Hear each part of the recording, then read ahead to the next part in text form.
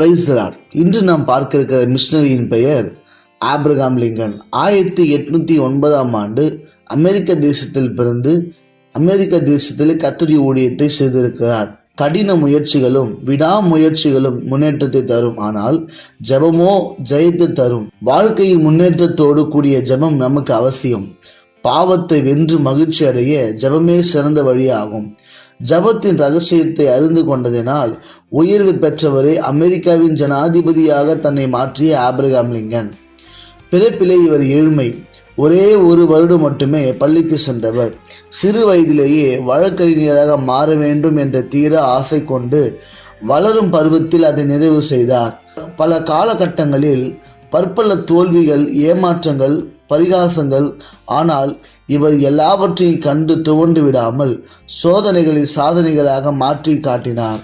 1861ஆம் ஆண்டு அமெரிக்காவின் ஜனாதிபதியாக தேர்ந்தெடுக்கப்பட்டார்.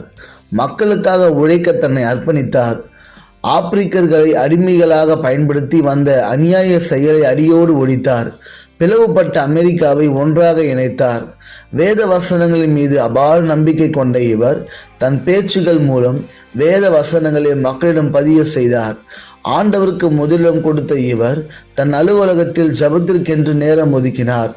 உள்நாட்டு அயல்நாட்டு பிரச்சனைகள் நேர்ந்தபோது முழங்கால் மூலமாகவே அவற்றிற்கு வெற்றியை கண்டார்.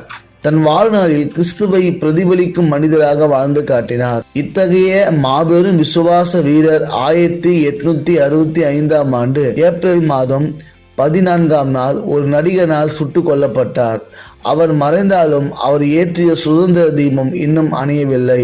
வேதாகமத்தில் எப்படி யோசேப்பை தேவன் அடிமைத்தனத்தின் மத்தியிலும் ராஜாவாக மாற்றினாரோ அதே போல்தான் ஆபிரகாம் லிங்கனுடைய வாழ்வில் ஏழ்மை கோலத்தில் பிறந்த இவரை கர்த்தர் ஜனாதிபதியாக மாற்றினதற்கு மிகப்பெரிய மூல காரணம் அவருடைய வாழ்க்கையில் ஜெபத்திற்காக நேரம் ஒதுக்கின ஒரு சிறந்த காரியமே. எனக்கு அன்பான சகோதரனே, ஜெபம் மிகப்பெரிய ஒரு அணு ஆயுதம். அதை நீ உபயோகிக்கப்படும் போது வெற்றி உன்மேல் வந்து குவியும். ஜெபத்தை நாம் அதிகமாய் உபயோகிப்போம்.